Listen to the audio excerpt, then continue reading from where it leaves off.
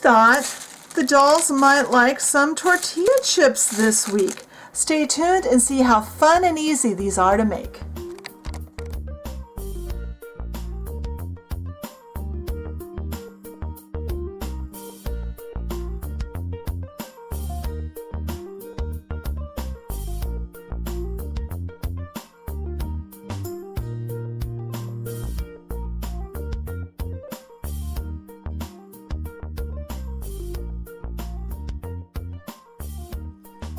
So the first step in making our clay tortilla chips is to mix up some clay. And I did that off camera because this was a long process of adding clays.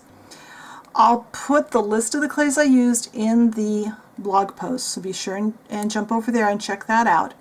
But basically I used a white. In this case I used Original Sculpey.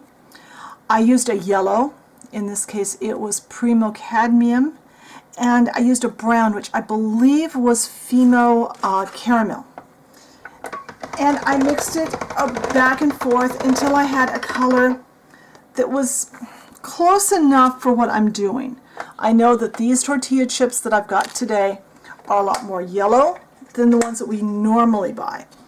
So I'm going to go with this color. And I baked off a piece just to make sure it stayed the same color. Now, when you look at a tortilla chip, they usually have little flecks of brown in them, little flecks of stuff. To replicate that, we're using sand. We're using a brown sand. I love using sand in my clay food products.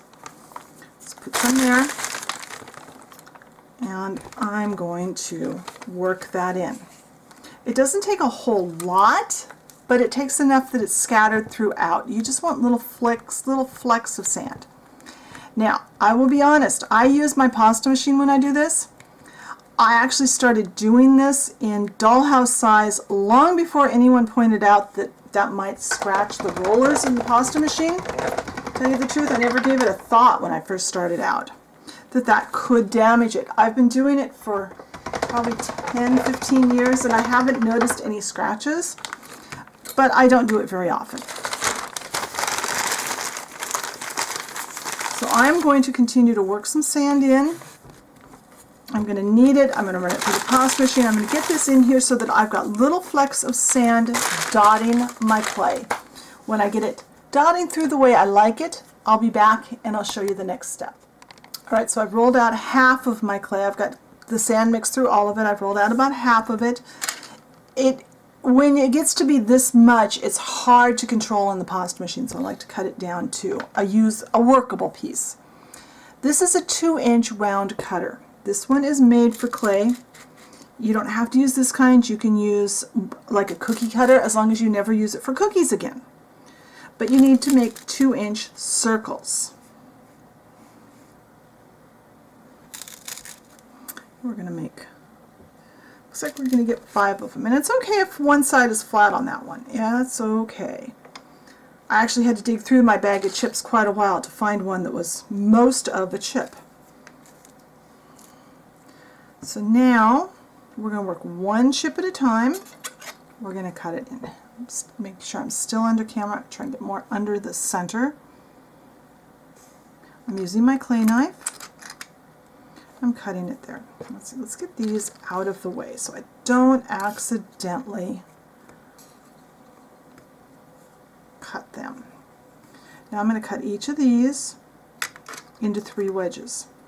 So we'll be getting, out of each of these rounds, we'll get 6 tortilla chips. Yeah, it's a lot of work for tortilla chips, but they look so dang cute.